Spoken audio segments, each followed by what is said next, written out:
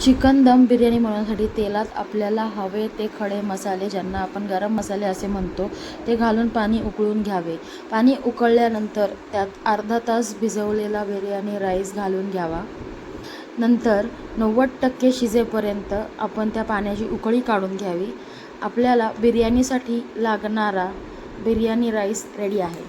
नंतर चिकन स्वच्छ धुवून घ्यावे. आता आपण चिकन मॅरिनेट करणार आहोत. त्यात आपण चितळेचे किंवा घरचे कोणतेही अर्धा किलोचे दही घालणार आहोत. हे प्रमाण मी 1.5 किलो चिकन बिर्याणीसाठी सांगत आहे. चिकनमध्ये घरचे मसाले घालायचे: हळद, लाल मिरची पावडर, धना पावडर, किचन किंग मसाला आणि मीठ. चिकन आपण मॅरिनेशनसाठी साईडला ठेवून देऊया आणि बिर्याणी मसालाही घालूया. आता आपण मिक्सी जारमध्ये 7-8 लसूणच्या पाकळ्या, 3-4 मिरच्या, आलं आणि पुदिना स्वच्छ धुवून त्याची बारीक पेस्ट करून घेऊया.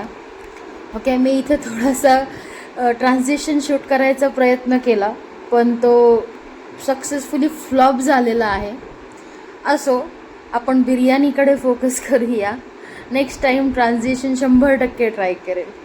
तुम्हाला हा ट्रान्झिशन अटेम्प्ट माझा कसा वाटला नक्की सांगा कमेंट बॉक्समध्ये, जो की सक्सेसफुली फेल झालेला आहे. बट आता आपण बिर्याणी बनवण्यासाठी 3-4 पळी तेल घेऊया. त्यात जिरं घालून चांगलं तडतडू देऊ. मग त्यात बारीक चिरलेला कांदा घालून साधारण 7 ते 8 मिनटं गोल्डन ब्राऊन होईपर्यंत फ्राय करून घ्यावे. मग त्यात 4 कांद्यांची पेस्ट घालून घ्यावी.